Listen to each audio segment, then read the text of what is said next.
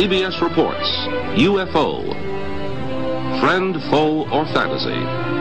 Reported by CBS News correspondent Walter Cronkite. Good evening. Reports of flying saucers are nothing new. From the beginning of recorded time, men have been seeing unexplainable things in the sky, and there's no reason to doubt they saw something. The question is, was what they saw really there? And what was it they really saw? The great flying saucer mystery of 1966 began here, near Dexter, Michigan, late in March. And before the month was out, flying saucers were being reported from New Jersey to California, from Colorado to Long Island, from Ohio to Georgia. Invariably, the first reports were brought in by quiet and sober citizens like Frank Manor, father of 10 children, a countryman, a hunting man, a man used to wooded swamplands by night. Well, first beginning, we were watching television, and we have 6 dogs here, and they started raising a fuss, in which they never do much, so I went outside and gave a yell at them, and as I turned around to come back on the porch, I looked to the north of me, and looked like a fallen star radar. It was red and kind of coming down, and on about a 45, and so then I watched it, and I was going to see if it landed and then maybe go down and see what it was. And when it got to the top of the trees, it stopped, and a blue and a white light come on it. And I looked at it, and I thought I was seeing things. Frank Manor's UFO remained over his swamp more than 4 hours. His children saw it, his in-laws saw it, residents of the area saw it, the police saw it. No one photographed it, but Sergeant Newell Schneider of the Sheriff's Office remembered it well enough to draw it. No, it moved very rapidly at any speed, or rather any direction it wanted to go. Why, it could change and go to the right or the left or go crossways without hesitating a bit. What do you think it was? Well, if they call it a flying saucer, that's what it is. 40 miles away, another swampland and another UFO sighting.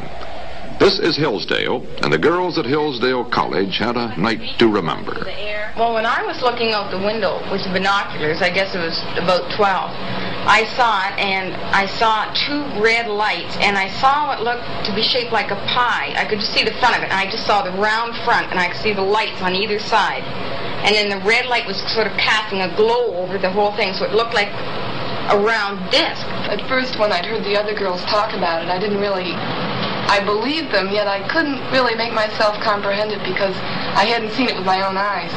But then when I saw it, I just was fascinated. I wasn't afraid. I just wanted to stay there and keep my eyes glued to it. I couldn't leave. I know I saw it, but, and I know myself I saw it, but I believe I saw it, but I can't fathom it because it seems so unreal. William Van Horn, Hillsdale's undertaker and civil defense director, also spotted the UFO and was out with his Geiger counter next day, checking a mysterious perfect circle where the UFO had been seen. Van Horn did not find any radioactivity here, but this did not shake his certainty that he had seen a hovering vehicle with 2 lights. Many people ask him why he did not go right up to the UFO in the dark. I'd much rather be a live coward than a dead hero. And with the area of uncertainty that we have here, how do I know but what maybe there's a current, a little electrical charge which is being radiated by one of these vehicles, which would electrocute you if you got within a certain area of it. There was no sound whatsoever. I could not hear a bit of sound. The Air Force sent its chief scientific consultant on UFOs, Professor J. Allen Hynek, to check the Michigan sightings. Dr. Hynek agreed that the good citizens of Michigan had seen something in the marshlands. He thought they had seen marsh gas. I've had many letters pointing out that they, as children on the farm, had many experiences with swamp lights, and that this was obviously the thing that it was, and they couldn't understand why the people in Michigan got so excited over swamp lights. And the illusion of motion frequently is given by the fact that a little bit of swamp light appears here, it goes out, another one appears over here, that goes out then, but the illusion as viewed from a distance is that the objects have moved back and forth.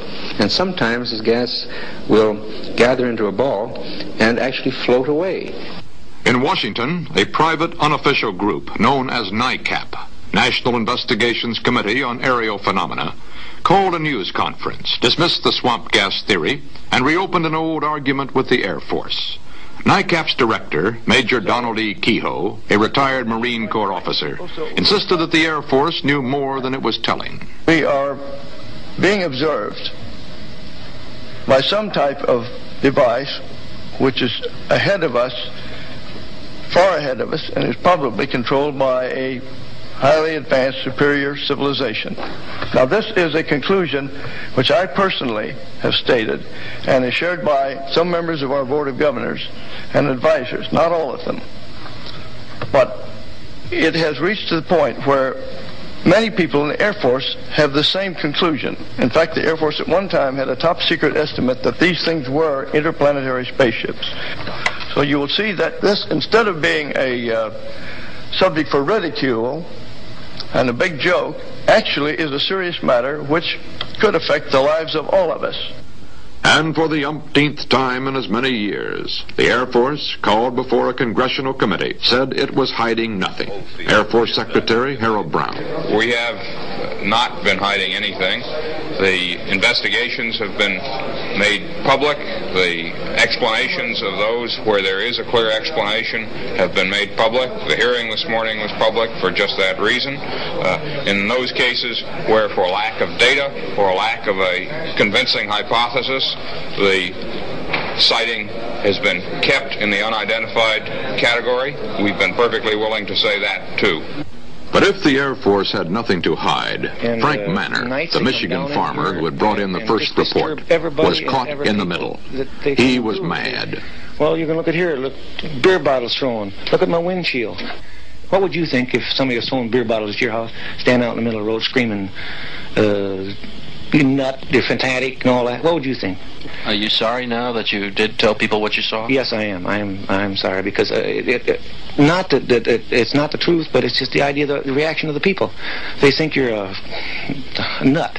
Tell you the truth, that's just what they figure you are. And I'm not going to take it no more. I don't want nobody down in here. I just leave me alone. And if the thing lands right there by that pump, I'd never say a word. And he got out and talked to me. I wouldn't tell nobody. That's just the way I feel. I'm bitter and disgusted in the whole matter. And if people's going to act like that, I hope one lands right in Ann Arbor, right in the middle of Detroit.